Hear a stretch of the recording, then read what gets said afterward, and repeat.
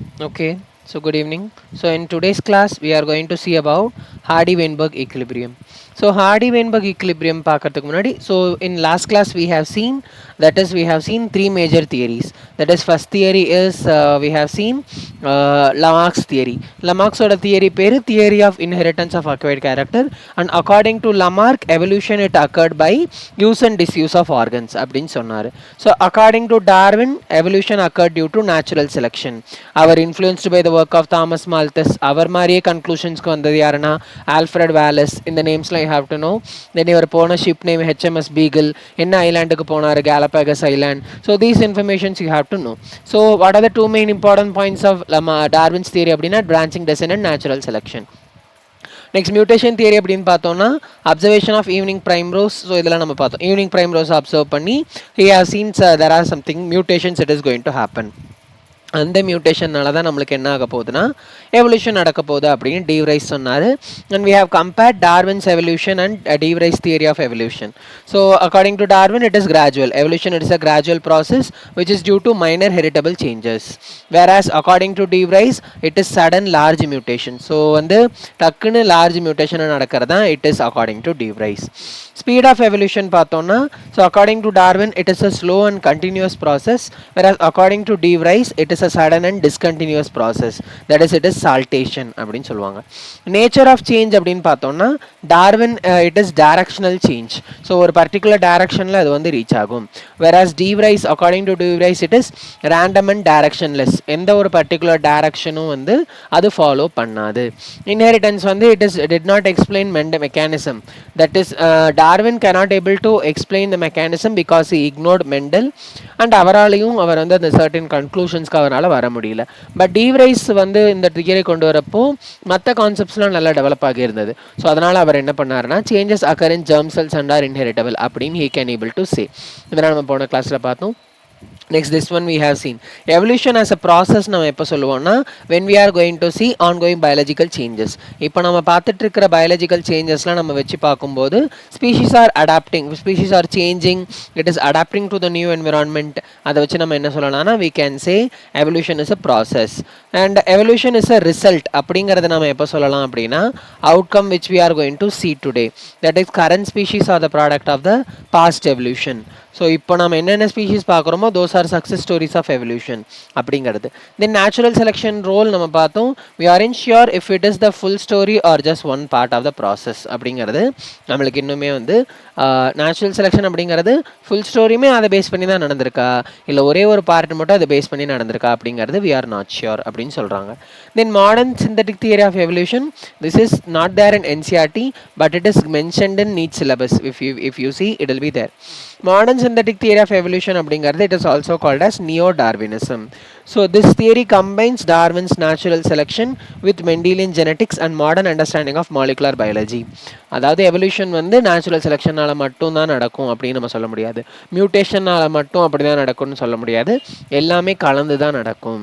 So this theory combine Darwin's natural selection with Mendelian genetics and modern understanding of molecular biology. According to this theory there are 6 major factors which causes evolution. So அங்க 6 major factors இருக்கு which is going to cause evolution. First one is we'll be having gene mutation. So gene mutation na enna, so it உங்களுக்கு already தெரியும் mutation na it is going to change in DNA sequence. அப்ப it is going to introduce new genetic variations. Genetic recombination என்ன பண்ண போகுது அப்படின்னா it is going to increase genetic diversity in the offspring. offspringல genetic diversity increase பண்ணும். Natural selection na என்ன ஆகும் அப்படின்னா filters advantageous traits for survival and reproduction. இது நம்ம ஆல்ரெடி பார்த்தது. ஸோ அதாவது என்னன்னா நேச்சுரல் செலெக்ஷன் வந்து it is going to filter advantages traits. எந்தெந்த ட்ரெய்ட்ஸ்லாம் நம்மளுக்கு வந்து யூஸ்ஃபுல்லாக இருக்கும் அதெல்லாம் ஃபில்டர் ஆகி அந்த ட்ரெய்ட்ஸ் மட்டும் நிறைய செலக்ட் ஆகி it is going to come. Next gene flow அப்படிங்கிறது என்னென்னா spreads genes across population. So பாப்புலேஷனுக்கு அக்ராஸாக நிறைய ஜீன் வந்து நம்மளுக்கு ஸ்ப்ரெட் ஆகிட்டே இருக்கும். This one we can see. Then genetic drift அப்படின்னா என்னென்னா so it is going to cause random changes in small population. Small பாப்புலேஷனில் ரேண்டம் சேஞ்சஸ் வந்து காஸ் பண்ணும். இது நம்ம பார்ப்போம் வாட் இஸ் ஜெனட்டிக் ட்ரிஃப்ட், அதெல்லாம் நம்ம இதுக்கப்புறம் பார்ப்போம். Isolation. So these are the 6 factors according to which evolution has occurred due to according to modern synthetic theory of evolution. I think this is clear. That is gene mutation. Genetic recombination நமக்கு என்ன தெரியும், it is going to happen during meiosis. Meiosis அப்போ நடக்கும்போது exchange of genetic material will happen. அப்போ new combination will start to create. So that is genetic recombination. Next வந்து natural selection அப்படிங்கிறது filters advantageous traits. நம்மளுக்கு இது நம்ம already இவ்வளோ நேரம் படிச்சுட்டு இருந்தது. Gene flow genetic drift நான் வந்து டீட்டெயிலாக இதுக்கப்புறம் சொல்கிறேன். பட் இதெல்லாம் சேர்ந்து தான் வந்து நம்மளுக்கு எவல்யூஷன் நடக்கும். Not only due to natural selection or not only due to mutation. அதை நாம சொல்கிறாங்க. Okay, so now what is Hardy Weinberg principle அப்படின்னா, for example according to this principle a population is not evolving. ஒரு population வந்து evolve ஆகாமல் இருக்கும் எப்போனா when it is having certain factors that is not present. Suppose mutation இல்லாமல் இருந்ததுன்னா நடக்காது. அந்த மாதிரி சில ஃபேக்டர்ஸ் சொல்லுவாங்க. எந்தெந்த ஃபேக்டர்ஸ்லாம் இல்லாமல் இருக்கிறப்போ நம்மளுக்கு வந்து கண்டிப்பாக என்ன நடக்காது அப்படின்னா எவல்யூஷன் கண்டிப்பாக நடக்காது அப்படின்னு சொல்லுவாங்க. That is Hardy Weinberg principle. The principle states that population is set to be in genetic equilibrium if it is not going to undergo any kind of evolutionary change. அந்த ஒரு பாப்புலேஷன் எந்த ஒரு கைண்ட் ஆஃப் எவல்யூஷனரி சேஞ்சும் undergo ஆகலை அப்படின்னா, population is not evolving அப்படின்னா, that is going to be in genetic equilibrium. Genetic ஈக்விலிபிரியமில் அது வந்து இருக்கும் அப்படின்னு சொல்கிறாங்க. So now we can see this is the general thing. முதல் அண்டர்ஸ்டாண்ட் பண்ணிக்கோங்க. ஹார்டி-வெயின்பர்க் பிரின்சிபல் அப்படின்னா என்னென்னா, பாப்புலேஷன் இஸ் நாட் எவால்வ் ஆகலை அப்படின்னு சொல்கிறாங்க. அப்படி எவால்வ் ஆகலைன்னா that population is set to be in genetic equilibrium. எந்த மாதிரி கண்டிஷனில் பாப்புலேஷன் எவால்வ் ஆகாது அதுதான் நம்ம மெயினாக பார்க்கணும். I think this is clear. We will see that is in a given population one can find out the frequency of occurrence of alleles of a gene or a locus. For example, capital A, capital A, capital A, small a, small a, small a. Capital A, capital A na என்ன homozygous dominant, இது உங்களுக்கு already தெரியும். Capital A, small a na என்ன heterozygous, heterozygous it is dominant only. This is another homozygous recessive. Suppose I am taking it like this. இப்போ வந்து நம்ம இதில் frequency நம்ம இந்த பாப்புலேஷனில் it is having 3 animals only. One அனிமலோட ஜீனோடைப் இது இருக்குது, இன்னொரு அனிமலோடது இது, இன்னொரு அனிமலோட இது அப்படின்னு நான் வந்து எடுத்திருக்கேன். இப்போ என்ன ஆகும் அப்படின்னா, suppose if you want to calculate frequency of dominant allele. ஸோ டாமினன்ட் அலீலோட ஃப்ரீக்வன்சி நான் சப்போஸ் கால்குலேட் பண்ணணும்னு நினச்சேன்னா, I want to see that is frequency of dominant allele அப்படின்னா, so number of dominant allele, so divided by total number of alleles. So that is the frequency of dominant allele. So எத்தனை number of dominant allele இருக்குது divided by total number of alleles, அதுதான் எனக்கு. For example இங்கே எத்தனை allele இருக்குது dominant, மொத்தம் வந்து 1 2 3 4 5 6. So total number of alleles is 6. நீங்கள் இண்டிவிஜுவலாக கால்குலேட் பண்ணணும். ஜீனோடைப்னா ஒன்று கிடையாது, இது அல்லீலுங்கிறதுனால நம்ம ஒன்று கால்குலேட் பண்ணுறோம். 1 2 3 4 5 6. ஏன்னா ஒரு இண்டிவிஜுவலில் 2 இருக்கும், அப்போ 3 இண்டிவிஜுவலில் 6 இருக்கும். So total number of alleles it is 6. அதில் எத்தனை டாமினண்ட்டாக இருக்குது you can see. So 1 2 and 3, these 3 are dominant. அப்போ 3 divided by 6. So frequency of dominant allele it is 0.5. So I am going to mention frequency of dominant allele as P. இதே மாதிரி நம்ம frequency of recessive allele calculate பண்ணோம்னா என்ன ஆகும். So we will also get இதுவும் 3 இருக்குது, again 3 divided by 6. So அதை நான் என்னன்னு சொல்கிறேன்னா Qன்னு சொல்கிறேன். Q equal to 0.5. Qங்கிறது என்னென்னா that is frequency of recessive allele. I think இது வரைக்கும் clear. Frequency of dominant allele na this is the formula 3 by 6 அப்போ 0.5. Frequency of recessive allele அப்படின்னா Q equal to 0.5. ஸோ ரெண்டுமே நம்ம ப்ளஸ் பண்ணோன்னா என்ன ஆகும்னா P plus Q is that will be equal to 1.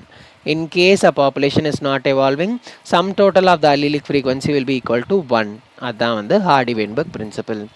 The frequency is supposed to be frequency, அதாவது அந்த gene வந்து எந்த அளவுக்கு இருக்கும் அப்படிங்கிறத நாம் வந்து பார்க்க முடியும். This frequency is supposed to remain fixed and even remain the same through generation. Generation by generation ஆகும் இந்த frequencies it has to remain same. So Hardy-Weinberg principle stated it using algebraic equation. Algebraic equation use பண்ணி அவங்க சொன்னாங்க.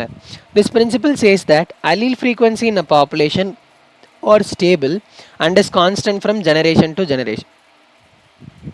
ஒரு ஜென்ரேஷன்லேருந்து இன்னொரு ஜென்ரேஷனுக்கு இந்த frequency அப்படிங்கிறது கான்ஸ்டண்ட்டாக தான் இருக்க போகுது. If a population is not evolving. The gene பூல்னா ஒன்றும் இல்லை, that is sum total of all the genes in a population. ஒரு பாப்புலேஷனில் இருக்கிற எல்லா ஜீன்ஸையும் நம்ம சேர்த்து தான் ஜீன் பூல் அப்படின்னு சொல்லுவோம். So it remains a constant. This is called genetic equilibrium. sum total of all the allelic frequencies is 1. So நாம எல்லா allelic frequencyயும் நாம வந்து டோட்டல் பண்ணோம்னா அதாவது இதுதான் p plus q equal to 1. That one we can see. Again I'm telling. So allelic frequency in a population are stable and is constant from generation to generation.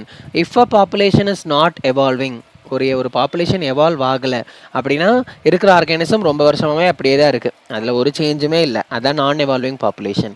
So that is அந்த மாதிரி ஒரு பாப்புலேஷனில் allelic frequency it is going to be stable and it is going to constant from generation to generation. The gene pool and their alleles, that is gene poolங்கிறது total genes and their alleles in a population, remains a constant. This is called genetic equilibrium. Sum total of allelic frequency it is 1. So நம்ம பார்த்தோம் already. So individual frequencies for example can be named p and q. So in a diploid, for example genotype frequency அப்படின்னு நம்ம பார்க்கும்போது genotype frequency of homozygous dominant, homozygous dominant ஓட genotype frequency அப்படிங்கிறப்போ homozygous dominant என்ன capital A capital A, நம்ம capital A க்கு என்னன்னு mention பண்ணுறோம் p, அப்போ capital A க்கு we will mention it as p square. அதே மாதிரி homozygous recessiveனா என்னது small a, அப்போ it is mentioned as q square. அப்போ homozygous dominantக்கு நாம் என்ன மென்ஷன் பண்ணுவோம் அப்படின்னா we will mention it as capital A small a. அப்போ q வெறும் pq கிடையாது, it is actually mentioned it as 2pq. இது நம்மளுக்கு தெரியும் equation p plus q the whole square, அதே இதுதான். So p square plus q square plus 2pq equal to 1. So this is going to be the equation for Hardy-Weinberg equilibrium. First equation என்னது p plus q equal to 1. This is for allele frequency. இது dominant allele frequency, recessive allele frequency, ரெண்டையும் add பண்ணோம்னா we will get this one. Whereas for genotype frequency வச்சு நம்ம calculate பண்ணணும்னா we are going to get this equation. So I think till this it is clear. The frequency of AA individuals in a population is simply p square.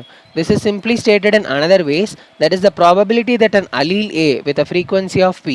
So Aங்கிற allele p ஓட frequencyல ரெண்டு குரோமோசோம்லயும் appear ஆகிறதுக்கு எவ்வளோ chances இருக்கு, that is probability we can see.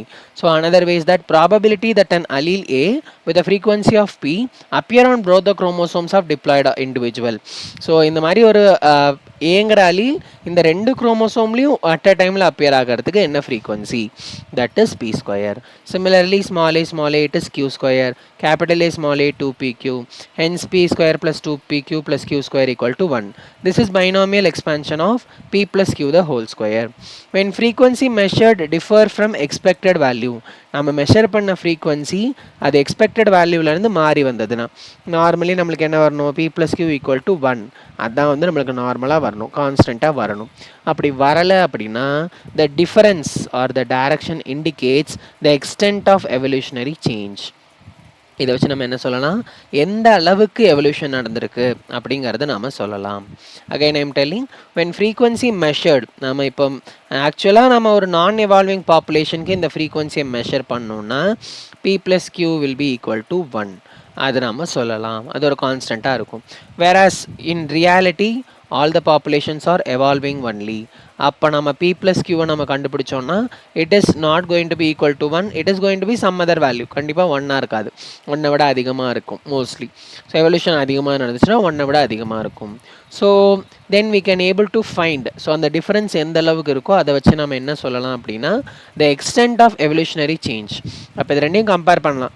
இது ஒரு கெமிஸ்ட்ரியில் நீங்கள் ஒரு standard அப்படின்னு ஒரு செட் பண்ணுவீங்கள்ல, ஸ்டாண்டர்ட்னு செட் பண்ணிவிட்டு அந்த ஸ்டாண்டர்ட் கூட கம்பேர் பண்ணி நீங்கள் கண்டுபிடிப்பீங்கள்ல, அதே மாதிரி தான் இங்கே நான் எவால்விங் பாப்புலேஷனுங்கிறது ஸ்டாண்டர்ட், எவால்விங் பாப்புலேஷனுங்கிறது அதை கூட நம்ம நான் எவால்விங்கையும் இதையும் கம்பேர் பண்ணி we are going to find out the things. That one we can see. So disturbance in genetic equilibrium or Hardy-Weinberg equilibrium, that is change of frequency of alleles in a population, would that be interpreted as resulting in evolution. So அது வந்து evolution நடக்குது அப்படிங்கன்னு நாம வந்து we can able to see. அதாவது கான்ஸ்டண்ட்டாக வந்துச்சுன்னா no evolution, கான்ஸ்டண்ட்டை விட வேறு ஏதாச்சும் ஒரு வேல்யூ வந்ததுன்னா எவல்யூஷன் அப்படிங்கிறது we can able to tell. So 5 factors are known to affect Hardy-Weinberg equilibrium. These are gene migration or gene flow, genetic drift, mutation, genetic recombination, and natural selection. This point is very important. And other than this, for a நான் இது சொல்கிறேன், அந்த ஸ்லைடில் பார்க்கும்போது சொல்கிறேன். இந்த 5 factors இருந்துச்சுன்னா ஒரு ஒரு பாப்புலேஷன் வந்து ஹார்டி வெயின்பர்க் ஈக்லிபிரியத்தில் இருக்க முடியாது. ஸோ அப்போ இந்த 5 ஃபேக்டர்ஸ் இல்லாமல் இருந்தால் தான் எவல்யூஷன் நடக்காமல் இருக்கும். ஸோ இந்த 5 ஃபேக்டர்ஸ் இருக்கக்கூடாது. There should be no gene flow, no genetic drift, no mutation, no genetic recombination, no natural selection. இந்த மாதிரி கண்டிஷனில் மட்டும்தான் நம்மளுக்கு என்ன ஆகும்னா a population can be in cannot undergo any evolution and it can be in Hardy Weinberg equilibrium. இந்த 5 ஃபேக்டரில் ஏதாச்சும் ஒரு ஃபேக்டர் இருந்தால் கூட எவல்யூஷன் கண்டிப்பாக நடக்கும். அப்போது population cannot maintain its Hardy Weinberg equilibrium or genetic equilibrium. So இதுதான் வந்து main concept. I think it is clear. So now we are going to see that is genetic equilibrium means the frequency of occurrence of alleles of a gene is supposed to remain fixed and even remain the same through generation. So இதை தான் இவர் வந்து algebraic equation வச்சு சொன்னார். நம்ம already பார்த்தோம். allele frequency in a population is stable and it is going to be constant from generation to generation. ஒரு ஜென்ரேஷனுக்கும் இன்னொரு ஜென்ரேஷனுக்கும் கான்ஸ்டண்ட்டாக தான் இருக்கும். The gene pool, it is going to remain a constant. This is called genetic equilibrium. Sum total of allelic frequency is 1. P square plus 2pq plus q square, these are the two equations that you already know. When frequency measured, நம்ம வந்து measure பண்ண frequency expected value விட்டு மாறி வந்துச்சுன்னா நம்ம அதை வச்சு என்ன சொல்லலாம்னா the difference indicates the extent of evolutionary change. இன்சைடில் பார்த்தா அது இல்லைன்னா ஸோ மறுபடியும் நீங்கள் பார்க்கணும். ரிப்பீட்டடாக நீங்கள் வந்து பார்த்தீங்கன்னா தான் உங்களுக்கு அது வந்து ஃபிக்ஸ் ஆகும் மைண்டில். So disturbance in genetic equilibrium or Hardy Weinberg equilibrium, that is change of frequency of alleles in a population. எந்த அளவுக்கு நம்மளுக்கு வந்து டிஸ்டர்ப் ஆகுதோ, அப்போ எந்த அளவுக்கு அந்த ஃப்ரீக்வன்சி சேஞ்ச் ஆகுதோ அதை வச்சு நாம் எந்த அளவுக்கு எவல்யூஷன் நடந்திருக்கு அப்படிங்கிறத சொல்லலாம். நம்ம வந்து ஹார்டி வெயின்பர்க் பாப்புலேஷனுங்கிறது நான் எவால்விங் பாப்புலேஷனுங்கிறது ஒரு ஸ்டாண்டர்ட். அது கூட நம்ம எவால்விங் பாப்புலேஷனை கம்பேர் பண்ணி எந்த அளவுக்கு நடக்குது அப்படின்னு வந்து we can able to see. So conditions for genetic equilibrium, that is large population size, it minimizes the effect of genetic drift. So that is we can see. இது என்னன்னு பார்க்குறோம். லார்ஜ் பாப்புலேஷன் சைஸாக இருந்துச்சுன்னா தான் ஜெனட்டிக் ட்ரிஃப்ட் நடக்காமல் இருக்கும். Random matting. So மேட்டிங்க்கு எந்த ஒரு சுப்பீரியர் மேட்டும் வந்து நம்மளுக்கு வந்து ப்ரிஃபர் ஆகக்கூடாது. ஏன்னா அதோட கேரக்டர் மட்டும் தான் போயிட்டே இருக்கும். அந்த மாதிரி ப்ரிஃபரன்ஸ் இருக்கக்கூடாது. There should be random mating. There is no mutation should happen. No new alleles should be introduced. Mutation எதுவும் நடக்கக்கூடாது. புது alleles எதுவும் இன்ட்ரடியூஸ் ஆகக்கூடாது. No gene flow or gene migration. Gene flowனா that is migration in or out of the population. So migration வந்து எதுவும் வந்து நடக்கக்கூடாது. இதெல்லாம் நான் ஒன்று ஒன்றா சொல்கிறேன். No natural selection. So all individuals have equal reproductive success. For example, நான் frog example சொல்லியிருந்தேன். Dark green and fluorescent green. அதில் dark green வந்து selected by nature. Fluorescent green it is rejected by nature. ஏன்னா predatory ஈஸியாக சாப்பிட்றோம் அப்படின்னு நம்ம பார்த்தோம். பட் இந்த for a population to remain in Hardy Weinberg equilibrium அதில் எவல்யூஷன் நடக்கக்கூடாது அப்படின்னா there should be no natural selection. No genetic recombination also. இந்த மாதிரி ஒரு பாப்புலேஷனில் இருக்காது. இந்த எல்லா ஃபேக்டர்ஸும் இல்லாமல் எந்த ஒரு பாப்புலேஷனாலையும் இருக்க முடியாது. பட் அப்படி இருந்ததுன்னா that is a standard condition. So that is a standard conditionனா that is a non-evolving condition.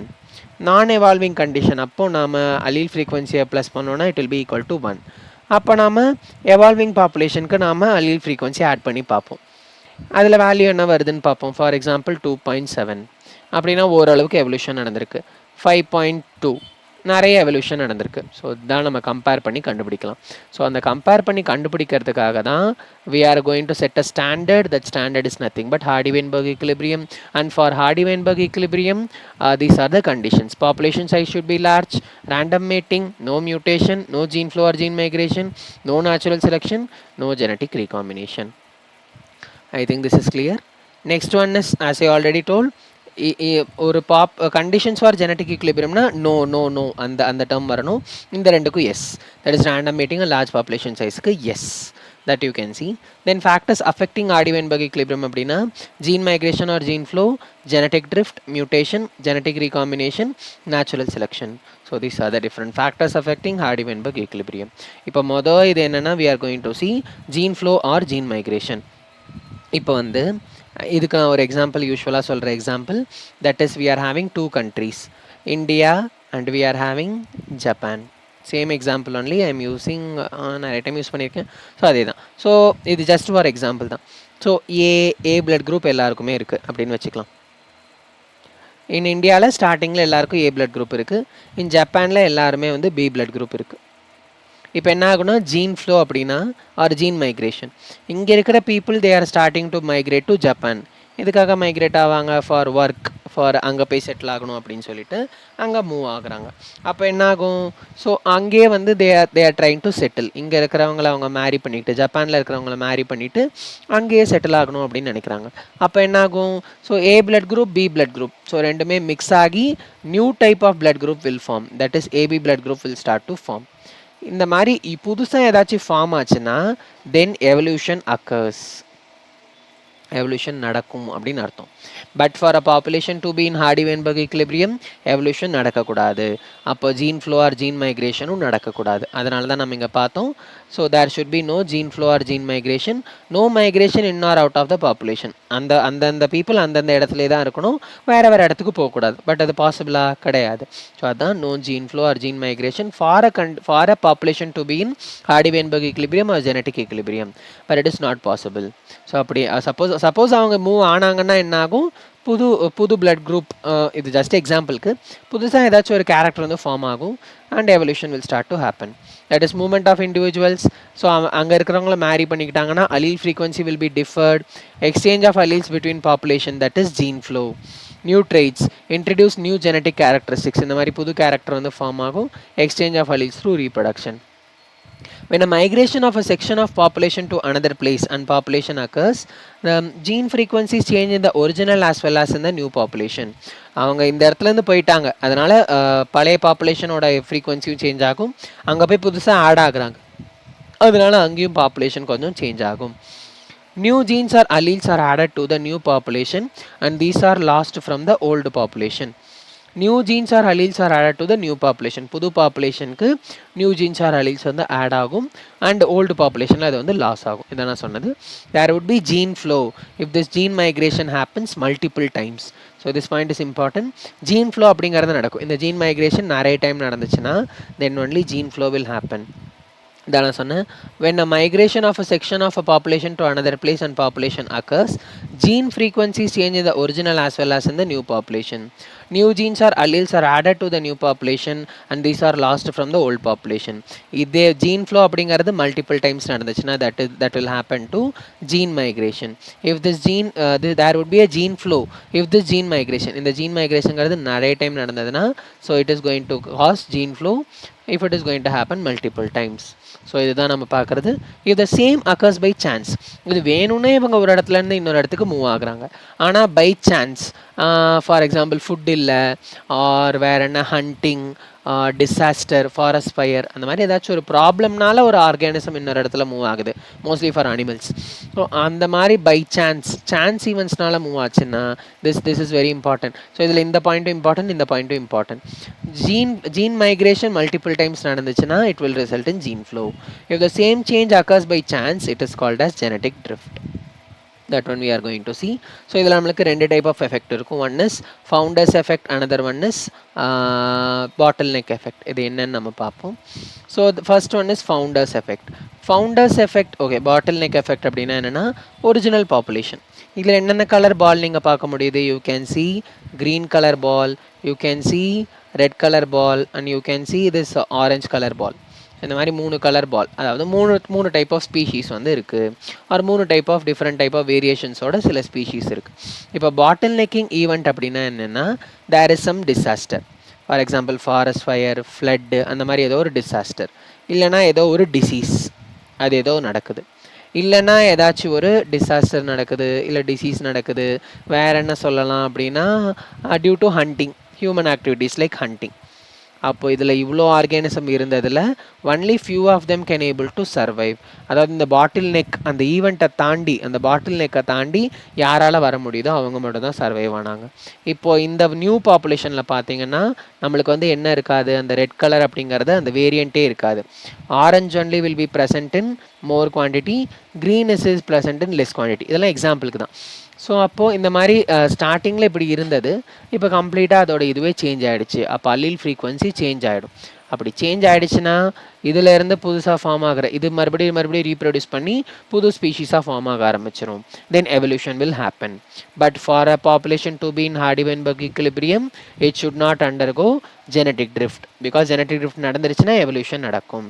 And this genetic drift will always happen in small population only. So அதனால தான் ஃபார் ஹார்டி-வெயின்பர்க் ஈக்விலிபிரியம் நம்ம என்ன condition சொல்கிறோன்னா large size population. To avoid genetic drift only, we are taking large size population. We are considering large size population. If change occurs by chance, it is called as genetic drift. Important point. So இதே நாம Darwin finches பார்த்தா அதே example தான், அங்கேயும் நான் சொல்லியிருப்பேன். That is an example of founders effect. Founders எஃபெக்ட்னா என்னென்னா, starting one island we are having these many varieties of butterflies or Darwin finches, நிறைய பேர்ட்ஸ் இருக்குது. Due to competition for food or something அது இந்த இடத்துலேருந்து மைக்ரேட் ஆகி புது இடத்துக்கு போய் காலனைஸ் பண்ணுது. அப்படின்னா அந்த ஐலாண்டை புதுசாக ஆக்குபை பண்ணி இங்கே it is becoming founders. So ஃபவுண்டர்ஸ்னால் இந்த இடத்துல இதுதான் வந்து மொத ஸ்பீஷீஸாக ஃபார்ம் ஆக போகுது, ஃபவுண்டர்ஸ் அப்படின்னு சொல்லுவாங்க. You can see sometimes the change in allele frequency is so different in the new sample of population that they become a different species. So இதை கம்பேர் பண்ணும்போது ஒரிஜினலாக நம்மளுக்கு என்ன இருக்குது, ஒயிட் இருக்குது, பிளாக் இருக்குது, ஆரஞ்சு இருக்குது, 3 டைப் இருக்குது. பட் புதுசாக ஆக்குப்பை ஆகிற இடத்துல பிளாக் தான் வந்து வந்ததே 3 தான். அதில் சும்மா ஒரு எக்ஸாம்பிளுக்கு வந்ததே 3 தான், அதில் பிளாக் ரொம்ப அதிகமாக இருக்குது. ஸோ அப்போ பிளாக் தான் வந்து இந்த ஐலாண்ட் ஃபுல்லாகவே நிறைய ப்ரொடியூஸ் ஆகும். அன்டில் அண்ட் அன்லெஸ் வேறு ஏதாச்சும் வேலை வராத வரைக்கும். ஸோ இதுதான் வந்து ஒரு புது ஸ்பீஷீஸாகவே ஃபார்ம் ஆகும். இதுதான் இன்சைட்டில் சொல்லியிருக்காங்க. Sometime the change in allele frequency so different in the new sample of population that they become a different species. அது கம்ப்ளீட்டாக டிஃப்ரெண்ட் ஸ்பீஷீஸாகவே மாறிடும். The original drifted population become founders and the effect is call founders effect. Okay, so I think this is clear. Next one நம்ம என்ன பார்க்க போகிறோம் அப்படின்னா, so we are going to see few other things. So இந்த microbial experiments for அதுக்கு நான் வந்து I will show. Next one we are going to see mutations. So மியூட்டேஷன்ஸில் வந்து என்ன பார்க்க போகிறோம் அப்படின்னா, we are going to see that is மியூட்டேஷன்ஸில் இப்போ வந்து என்னென்னா, first we are going to take one wooden block. ஒரு உட்டன் பிளாக் மேலே ஒரு வெல்வெட் ஷீட் வந்து வச்சுருக்காங்க. இந்த வெல்வெட் ஷீட் வந்து வச்சுருக்காங்க. மொதல் நம்ம என்ன பண்ண போகிறோம்னா, we are going to take one bacterial colony. இதில் வந்து 4 இது இருக்குது. இந்த 4ல் ஒன்று மட்டும் வேரியண்ட்டாக இருக்குது. ஆல்ரெடி அது ஒரு வேரியண்ட். இந்த இடத்துல நம்மளுக்கு வந்ததுக்கப்புறம் தான் வேரியண்ட் இல்லை, ஆல்ரெடி அது ஒரு வேரியண்ட். ஸோ இது மட்டும் நான் வந்து ஷேட் பண்ணுறேன், மற்றதெல்லாம் நார்மல். இப்போ நாம் இதை என்ன பண்ண போகிறோம் அப்படின்னா, இந்த பாக்டீரியல் காலனியில் இது ஒரு மீடியமில் வளருது. இந்த ஒரு பாக்டீரியம் காலனியை நம்ம என்ன பண்ண போகிறோம்னா, we are going to press it on top of the velvet. அந்த வெல்வெட்டில் இந்த பாக்டீரியாவோட கொஞ்சம் பீசஸ் வந்து இதில் போய் ஒட்டிக்கும். இப்போ நம்ம என்ன பண்ண போகிறோம்னா, we are going to bring it on. So another medium, so that is plate with penicillin. இன்னொரு medium that is along with penicillin. இந்த பெனின்சிலினோட பிளேட்டை வந்து நாம் இதில் அப்படியே ஒத்தி எடுக்க போகிறோம். ஸோ அதாவது first we are having one plate, இதில் வந்து இம்பெயிண்ட் பண்ண போகிறாங்க. இந்த வெல்வெட்டில் அப்படியே வச்சு எடுக்க போகிறாங்க. வச்சதுக்கப்புறம் எடுத்துருவாங்க. That is step 2. ஸ்டெப் 3 என்னென்னா, now we are going to இப்போ அதனால் இதில் இருக்கிற கொஞ்சம் பாக்டீரியா அதில் எந்த ஆர்டரில் இருந்ததோ அதே மாதிரி இதில் வந்து ஒட்டிக்கும். அதில் எவ்வளோ டிஸ்டன்ஸ் இருக்கோ அதே மாதிரி இதில் வந்து ஒட்டிக்கும். அப்படியே காப்பி மாதிரி தான்.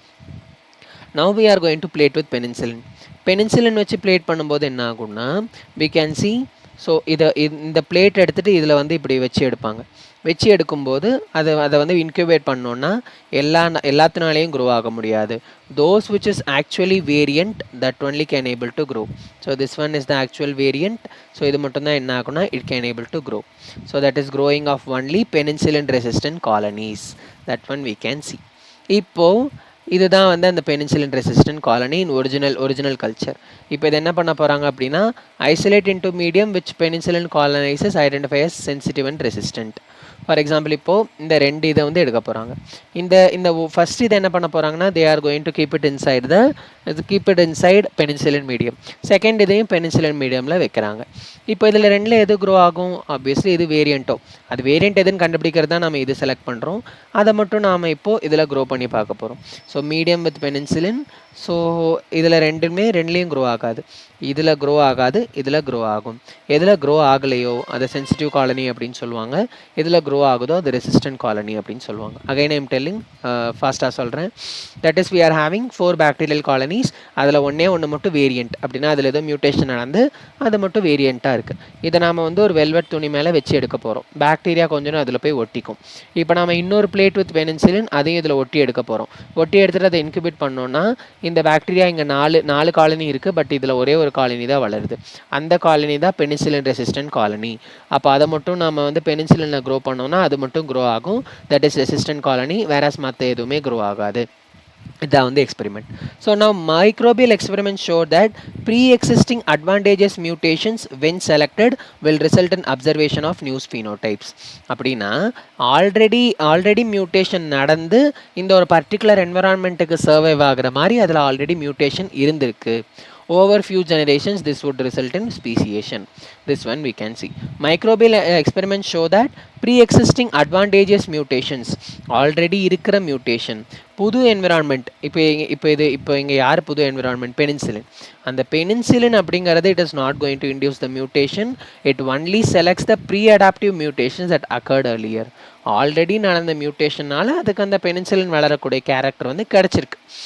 அதனால தான் இப்போ அது செலக்ட் ஆகுது அப்படின்னு சொல்கிறாங்க. So show that mutations when selected will result in observation of new phenotypes. இப்போ நம்ம புது ஃபீனோடைப்ஸ் இந்த மாதிரி நம்ம கண்டுபிடிக்கலாம், இந்த மாதிரி நம்ம செலக்ட் பண்ணும்போது நம்ம கண்டுபிடிக்கலாம் அப்படின்னு சொல்கிறாங்க. This is clear, I think. So once you can, if you want, once you can pause and watch this again if you don't understand. But I think it is clear. I tried my best. Next one is genetic recombination. That is during gamete formation, the alleles present on the parental chromosomes separate and form new combination. So gamete form ஆகும்போது என்ன ஆகும், இந்த கதை நம்ம already படிச்சிருப்போம். So அதாவது இது ரெண்டும் என்னது, ஹோமோலாகஸ் குரோமோசோம். இது வந்து ஒரு இது, நெக்ஸ்ட்டு இது வந்து ஒரு குரோமோசோம். இப்போ என்னாகும் அப்படின்னா, ஸோ ஆஃப்டர் மியோசிஸ் நடக்கும்போது என்னாகும், கிராசிங் ஓவர் வில் ஹேப்பன். இது நம்மளுக்கு தெரியும். மியோசிஸ் நடக்கும்போது crossing over will happen.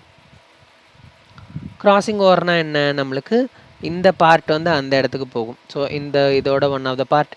So இது எப்போ நடக்கும் நம்மளுக்கு தெரியும். ஸோ ப்ரோஃபேஸ் 1ல் எந்த இதில் நடக்கும், ப்ரோஃபேஸ் 1ல் பேக்கெட்டிங் ஸ்டேஜில் நடக்கும். அதாவது இங்கே இருக்கிற segment it is going to go here, இங்கே இருக்கிற segment it is going to come here. இந்த மாதிரி நடக்கிறதா meiosis, that we already know. So during gamete formation the alleles present on the parental chromosome separate and form new combination. இந்த மாதிரி புது combinations வந்து form பண்ணும். இதான் வந்து புது காம்பினேஷன். இதுதான் genetic recombination. The crossing over during meiosis is a major source of variation in a population. நம்ம வந்து நம்மளோட பேரண்ட்ஸுக்கு சிமிலராக தான் இருக்கும், ஐடென்டிக்கலாக இல்லை. அதுக்கு மெயின் ரீசன் வந்து ஜெனட்டிக் ரீகாம்பினேஷன் தான் அப்படின்னு சொல்லுவாங்க. The offspring produce from these gametes show new combination of characters. அதுக்கு பேர் தான் நம்ம ரீகாம்பினன்ஸ் அப்படின்னு சொல்ல போகிறோம். Now we are going to come to the main thing, that is natural selection. So I will finish it off with here. So problems வந்து நம்ம next classல பார்க்கலாம். So natural selection is a process in which heritable variations enabling better survival are enabled to reproduce and leave greater number of progeny. So natural selection அப்படிங்கிறது என்னன்னா, so it is a process. So அது வந்து என்ன பண்ண போகுது அப்படின்னா, in which heritable variations are enabling better survival. எந்த ஆர்கானிசமில் அந்த heritable variation, useful heritable variation இருக்கோ அதெல்லாம் நல்லா சர்வைவ் ஆகும். அதெல்லாம் நல்லா சர்வைவ் ஆச்சுன்னா it can able to leave more number of progeny. A critical analysis makes us believe that variation due to mutation or variation due to recombination due to gametogenesis or due to gene flow or genetic drift result in changed frequency of genes and alleles in future generation. அடுத்த ஜெனரேஷனில் அது கண்டிப்பாக changes பண்ணும். Coupled to enhance reproductive success, natural selection made it look like. So இந்த இதில் change ஆனது கூட நம்ம natural செலெக்ஷனையும் ஆட் பண்ணிட்டோம்னா that population will look like a completely different population. அப்போ இந்த 5 ஃபேக்டர்ஸும் சேர்ந்து கண்டிப்பாக எவல்யூஷனை காஸ் பண்ணும். எவல்யூஷன் காஸ் பண்ணுச்சுன்னா அந்த species it is not in Hardy Weinberg equilibrium. Evolution cause பண்ணலைன்னா that is in Hardy Weinberg equilibrium. In reality நம்மளுக்கு எது இருக்கும், எவல்யூஷன் கண்டிப்பாக நடக்கும். இந்த 5ல் கண்டிப்பாக ஏதோ ஒன்று இருந்தே ஆகும். மியோசிஸில் ஜெனட்டிக் ரீகாம்பினேஷன் நடக்காமல் நம்மளால் எதை கண்ட்ரோல் பண்ண முடியுமா, முடியாதுல்ல. ஸோ அப்போ கண்டிப்பாக all populations are in reality it cannot be in Hardy-Weinberg equilibrium. So natural selection can lead to stabilization. So இந்த நான் சொல்கிறேன். So that is இந்த நான் சொன்னது. For example நம்மளுக்கு we are having number of individuals with the phenotype. So here we are having phenotype and நம்மளுக்கு phenotypeோட இது இருக்குது. இப்போ வந்து நம்மளுக்கு phenotypes favored by natural selection. அதான் சென்ட்ரல் லைன் நம்ம வரைகிறோம். Medium sized individuals are favored. For example நாம capital T, capital T, capital T, small t, small t, small t. இந்த மாதிரி மூணு எடுத்துக்கிறேன். capital T it is tall, small t it is dwarf. இது நம்மளுக்கு தெரியும். ஸோ நம்ம அங்கே என்ன படித்தோம், பி பிளான்ட்டுக்கு கேபிட்டல் டி ஸ்மால் டியே டால்னு சொல்லுவோம். But for here for convenient purpose I am taking it as intermediate character or medium sized அப்படிங்கிறது நான் எடுத்துக்கிறேன். ஸோ மீடியம் சைஸ்டுன்னு நான் வந்து எடுக்கும்போது here we can see that is phenotypes favored by natural selection. that is ஸ்டார்டிங்கில் இந்த மாதிரி வந்து ஒரு பாப்புலேஷன் இருக்குது. இப்போது there is one first type of natural selection is stabilizing natural selection. இதில் என்ன ஆகும் அப்படின்னா capital T or capital T small t both will be rejected. capital T small t அப்படிங்கிறது it is selected by nature. So nature வந்து யாரை தான் select பண்ணும் அப்படின்னா கேபிட்டல் டி ஸ்மால் டீயை தான் செலக்ட் பண்ணும். கேபிட்டல் டி ஸ்மால் டீயை ரிஜெக்ட் பண்ணும். எக்ஸ்ட்ரீம் ஃபீனோடைப்ஸ்னு சொல்லுவாங்க, அதாவது ரொம்ப டால் ரொம்ப டார்க், நடுவில் இருக்கிற கேரக்டர் மட்டும் தான் செலக்ட் பண்ணும். Extreme phenotypes will be rejected by the nature. So this is இதுதான் வந்து என்னதுன்னா stabilising natural selection. So peak gets higher and narrower because நம்ம வந்து வரையும்போது தெரியும். So that is year will be having. So இது வந்து நார்மல் பீக். இதில் என்னென்னா நம்மளுக்கு இந்த இடத்துல நம்மளுக்கு டால் இருக்குது, இந்த இடத்துல நம்மளுக்கு டுவார்ஃப் இருக்குன்னு வச்சுக்கலாம், நடுவில் இன்டர்மீடியேட். இப்போது இந்த பாப்புலேஷன் இது இந்த கிராஃப் அப்படின்னு நம்ம வச்சுக்கிறோம். ஸோ அதாவது இந்த இடத்துல நான் வந்து இது பண்ணிக்கிறேன், இந்த கலர் வேணும். ஓகே, ஸோ நான் இந்த இடத்துல இந்த மாதிரி வச்சுருக்கேன். So this is doll, this is intermediate, this is dwarf. அப்போ நான் வந்து கொஞ்சம் நேரம் கழித்து, அதாவது கொஞ்சம் ஜென்ரேஷன் கழித்து ஸ்டெபிலைசிங் நேச்சுரல் செலெக்ஷன் நடக்குது அப்படின்னா peak will be even become higher and narrower. அப்படின்னா more individuals will be going to acquire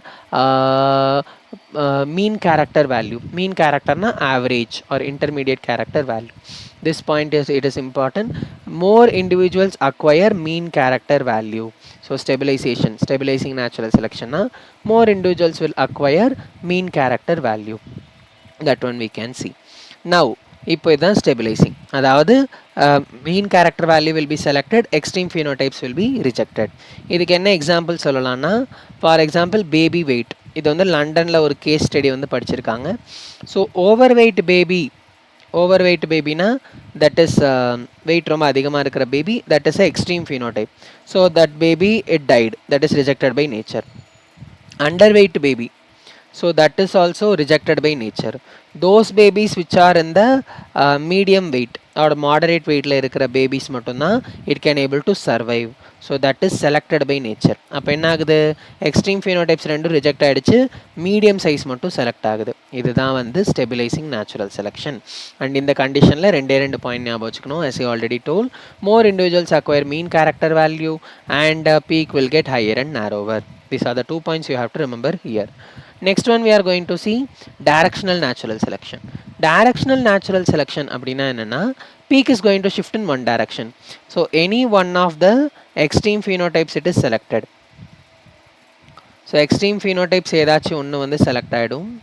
that is capital T, either tall, capital T or small t ஏதாச்சும் ஒன்று செலக்ட் ஆகும். ஏதாச்சும் ஒன்று தான் செலக்ட் ஆகும். சப்போஸ் இப்போ கேபிட்டல் டி செலக்ட் ஆகிடுச்சு அப்படின்னா ஸ்மால் டியும் கேபிட்டல் டி ஸ்மால் டியும் ரிஜெக்டட் பை நேச்சர். ஆர் அங்கே இருக்கிறதே ரெண்டு எக்ஸ்ட்ரீம் மட்டும் தான் இருக்குன்னா ஏதாச்சும் ஒன்று செலக்ட் ஆகும், அவ்வளோதான். So that is peak shift in one direction, ஏதாச்சும் ஒரு டைரக்ஷனில் மட்டும் ஷிஃப்ட் ஆகும். that is either towards dwarf direction or either towards tall direction. இந்த மாதிரி ஏதாச்சும் ஒரு டைரக்ஷனில் பீக் வந்து ஷிஃப்ட் ஆகும். that is directional natural selection in which the more individuals acquire value other than the mean character value. Intermediate கேரக்டருக்கு வரத்துக்கு பதிலாக வேறு ஏதாச்சும் ஒரு கேரக்டர் அக்வயர் பண்ண ட்ரை பண்ணும். Next one is disruptive natural selection. Disruptive natural செலெக்ஷனில் என்ன ஆகும் அப்படின்னா, so it is going to so இங்கே என்ன ஆக போகுது அப்படின்னா, both extreme phenotypes will be selected. அதாவது இங்கே பார்த்தீங்கன்னா டாலும் செலக்ட் ஆகிடும், டுவார்ஃபும் செலக்ட் ஆகிடும். அப்போ ரெண்டு பீக் ஃபார்ம் ஆகும். நடுவில் இந்த இது வந்து கீழே போயிட்டே இருக்கும். அப்போ intermediate will keep on decreasing. Tall ஒரு பீக் ஃபார்ம் ஆகும், டுவார்ஃபில் ஒரு பீக் ஃபார்ம் ஆகும். So that is going to happen. So இப்போ என்ன ஆகும்னா it lead to disruption. That is more individuals acquire peripheral character value at both ends of the distribution curve. So distribution கர்வோட ரெண்டு பக்கமும் என்ன ஆகும் அப்படின்னா more individuals acquire peripheral character value. Peripheral character வேல்யூனா அந்த end values it is going to obtain. That is capital T or small T அந்த value வந்து it is going to obtain அப்படிங்கிறது நம்ம பார்க்குறோம். So that one you can see. So இப்போ stabilising selection அப்படின்னா என்னென்னா favours average or main traits, peak becomes higher and narrower, human height நம்ம பார்க்கலாம். So medium will be favoured mode and impatience balsamina, that is a bio indicator, means it can able to survive in the environment. that is எந்த ஒரு இடத்துல வந்து மைனிங்லாம் எங்கே பண்ணுறாங்களோ அந்த environment கூட அந்த பிளான்ட் வந்து சர்வைவ் ஆகும். That is example of stabilising selection. Directional செலெக்ஷன்னா ஃபேவர்ஸ் ஒன் எக்ஸ்ட்ரீம் ட்ரைட், ஏதாச்சும் ஒரு எக்ஸ்ட்ரீம் ட்ரைட் மட்டும் செலக்ட் ஆகும். எந்த ட்ரைட் வேணுமோ அது வந்து rejected, I mean mean character will be rejected or characters will be selected other than mean character value. Peak shift left or right. So direction ஒரு டைரக்ஷனில் மூவ் ஆகும்னு பார்த்தோம்ல. Industrial melanism in moths, selection for tall for dwarf height, இது நம்ம பார்ப்போம். இது என்ன அப்படின்னா selection for tall or dwarf height அந்த மாதிரி. Then disruptive selection, favoured both extremes. So ரெண்டு எக்ஸ்ட்ரீம்ஸும் ஃபேவர் பண்ணும் but not the mean character. Average character கண்டிப்பாக வரவே வராது. Two peaks at extremes will happen, dip in the சென்டரில் வந்து டிப் ஆகிடும். Selection for tall and dwarf, not medium height. So இதுதான் வந்து இது. நெக்ஸ்ட் பேலன்சிங் செலெக்ஷனுங்கிறது that is one extra thing that is not there in NCERT. So it maintains genetic diversity. Heterozygotes have advantage. For example those people in Africa with sickle cell anaemia, so who are carriers, HbA HPS, இவங்க வந்து கேரியர்ஸாக இருப்பாங்க, carriers of sickle cell anaemia. So இவங்களுக்கு என்ன அட்வான்டேஜ்னா they do not get easily, அவங்களுக்கு என்ன disease வராதுன்னா they do not get malaria easily. ஏன்னா அவங்களோட பாடியில் டக்குன்னு அந்த மலேரியா இன்ஃபெக்டட் பிளாஸ்மோடியம் இன்ஃபெக்டட் செல்ஸ்லாம் என்னவாக மாறிடும்னா சிக்கிள் ஷேப்பாக மாறிடும். சிக்கிள் ஷேப்பாக மாறுறதுனால அந்த ஒரு பர்டிகுலர் ஆர்பிசியில் இதனால் சர்வை பண்ண முடியாது, அதனால் அது அப்படி மாறிடும் அப்படின்னு சொல்கிறாங்க. So that one we can see. So that is about balancing selection. இப்போ தான் நம்ம டைப்ஸ் வந்து பார்த்தோம். நெக்ஸ்ட் ப்ராசஸ் ஆஃப் எவல்யூஷன் அப்படிங்கிறது, evolution it is not a directed process. அப்படின்னா டிட்டர்மைன் இப்படி தான் நடக்கும் அப்படின்னு நம்ம சொல்லவே முடியாது. நாட் பிளான்ட் ஆர் ப்ரிடிக்டபிள், அதுக்குன்னு ஒரு ஃபிக்ஸ்டு பாத் ஆர் கோல் எதுவும் கிடையாது. Evolution is a stochastic process. It is randomness or chance. ரேண்டமாக ஏதோ ஒரு சான்ஸ் மூலமாக நடக்கிறது, லைக் டைஸ் ரோல் பண்ணுற மாதிரி, அது ரேண்டமாக சான்ஸாக நடக்கிறது. எப்படி நடக்கும்னு நம்மளால் சொல்ல முடியாது, என்ன வரும்னு நம்மளால் சொல்ல முடியாது. So this means evolution depends on random mutation, chance events and random survival. எப்போ மியூட்டேஷன் நடக்கும் தெரியாது, அப்படி மியூட்டேஷன் நடந்தால் என்ன சேஞ்ச் வரும்னு நம்மளுக்கு தெரியாது. சான்ஸ் ஈவெண்ட்ஸ் இன் நேச்சர், அதாவது நேச்சரில் எப்போ என்ன மாதிரி சேஞ்ச் வரும்னு நம்மளுக்கு தெரியாது, அதை பேஸ் பண்ணி சேஞ்ச் ஆகும். ரேண்டம் சர்வைவல் அண்ட் ரீப்ரொடக்ஷன், அதை பேஸ் பண்ணியும் சேஞ்ச் ஆகும். That one we can see. இப்போ நான் டைரக்ஷனல் செலெக்ஷனுக்கு one example will be there. That is before industrialisation நம்மளுக்கு எப்படி இருந்திருக்கும் அப்படின்னா, so the tree colour will be, so before industrialisation tree colour எப்படி இருந்திருக்கும்னா, this is before industrialisation. So there is before industrialisation there is no pollution. அப்போ ட்ரீக்கு மேலே என்ன வளரும்னா லைக்கன்ஸ் வளரும். நம்மளுக்கு ஆல்ரெடி தெரியும் lichens it is a pollution indicator. Lichens வளர்றதுனால ட்ரீயோட கலர் எப்படி இருக்கும்னா white colour it will be. So அப்போது நம்மளுக்கு there are two type of moth will be there. One is white winged moth, another one is melanized moth. Melanized dark winged moth. இப்போது tree வந்து நம்மளுக்கு லைக்கன்ஸ்னால ட்ரீயோட background வந்து white கலரில் இருக்குது. So white colour background வச்சுக்கலாம். இப்போ இதில் எந்த இது வந்து ஈஸியாக கேமஃப்ளாஜ் ஆகிடும், ஒயிட் கலர் பேக்ரவுண்ட். அப்போ white winged can camouflage easily. White wing camouflage can escape from predators. Predators கிட்ட இருந்து எஸ்கேப் ஆக முடியும். whereas in case of melanized கண்டிப்பாக பேக்ரவுண்ட் ஒயிட்டாக இருக்குது, இது ஃபுல்லாக அப்படியே பிளாக்காக இருக்கும். அப்போ ஈஸிலி காட் பை ப்ரிடேட்டர்ஸ். அப்போ இந்த என்விரான்மெண்ட்டில் யார் அதிகமாக இருக்கா, that is before industrialisation or எந்தெந்த ஏரியாவில் பொல்யூஷன் இல்லையோ, ஃபார் எக்ஸாம்பிள் வில்லேஜஸ், இப்போ இருக்கிற வில்லேஜஸ் ஆர் பிஃபோர் இண்டஸ்ட்ரியலைசேஷன், அந்த மாதிரி டைமில் எல்லாமே அப்படி தான் இருந்தது. So easily caught by predators. So அப்போ இந்த மாதிரி கண்டிஷனில் யார் அதிகமாக இருப்பாங்கன்னா white will be present in more quantity. Suppose after industrialisation என்ன ஆகும்? So more amount of pollution will happen. Pollution வந்து ரொம்ப அதிகமாக நடக்கும். பொல்யூஷன் அதிகமாக நடக்கும்போது என்ன ஆகும்னா lichens, it is a pollution indicator. Lichen cannot able to grow. லைக்கன்னால் க்ரோ ஆக முடியாது. ஸோ லைக்கன்ஸ் க்ரோ ஆக முடியாது. அப்போ என்ன ஆகும்னா tree also will turn into dark colour or black colour due to the deposition of coal deposit, dust அதெல்லாம் deposit ஆகி ட்ரீயோட பிரான்ச்சஸே பிளாக்காக மாறிடுது. இந்த கண்டிஷனில் யார் சர்வை பண்ணுவா? Melanised or dark winged moth can survive. So இதுதான் அந்த கண்டிஷனை பொறுத்து ஏதாச்சும் ஒன்று மட்டும் தான் செலக்ட் ஆகுது. That is directional selection we can see. So இது நம்ம பார்க்கலாம். ஸோ தட் இஸ் இந்த டயக்ராம் என்சிஆர்டில் இருக்கும். So background is white. இதில் வந்து ஒயிட் வந்து will be selected. White covered by lichens. White marks will be more in quantity. அதனால் மெலனைஸ் ஃபுல்லாக செத்துருன்னு இல்லை, மெலனைஸ்டும் இருக்கும், but it is less in quantity. Predator, because predators feed on melanised moth. Whereas tree trunks in after industrialization became dark due to deposition of soot and smoke. So white moths it is going to be less, melanized moth it is going to be more, predators feed on white winged moths more. That one we can see. Now examples of evolution by anthropogenic action. This I will tell in next class. That is anthropogenic action அப்படினா என்னன்னா human activitiesனால என்னென்ன evolution நடந்திருக்கு. So just we will see. This is also example of evolution by anthropogenic action. It is also example of directional selection that we can see. Antibiotic resistant microbes, herbicide resistant varieties.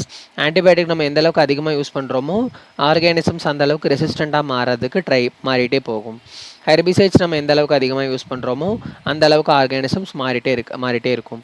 Pesticide resistant varieties இந்த மாதிரி the case of industrial melanism, that is classical example of natural selection.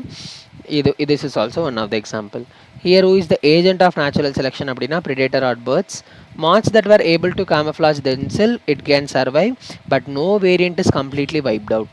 இந்த ஒரு கண்டிஷனில் இது அதிகமாக இருக்கும், இது கம்மியாக இருக்கும், அவ்வளோதான். இது சுத்தமாக ஜீரோ ஆகிடும் அப்படின்னு கண்டிஷன் கிடையாது. இதே இடத்துலையும் white will be less, this will be more அப்படின்னா இது சுத்தமாக வந்து காலி ஆகிடும் அப்படின்னு அர்த்தம் கிடையாது. No variant is completely wiped out. அப்படின்னா சிட்டிஸில் எது அதிகமாக இருக்கும்? இந்த கண்டிஷன் பொல்யூஷன் எங்கே இருக்கும்? இந்த கண்டிஷன் இருக்கும். வில்லேஜஸில் இந்த கண்டிஷன் இருக்கும். That one only we can able to see. Abna both varieties it is present in nature. So I think till this it is clear. So still we have to discuss this problems based on Hardy-Weinberg equilibrium. Then we have to discuss origin and evolution of plants, then origin and evolution of animals, then we have to discuss origin and evolution of this one humans. Just இதெல்லாம் வந்து theoretical portion தான், ஒன்றும் பெருசாக நான் சொல்கிறதுக்கு இல்லை, but we have to understand. Okay, so then we will meet in next class. Okay, thank you.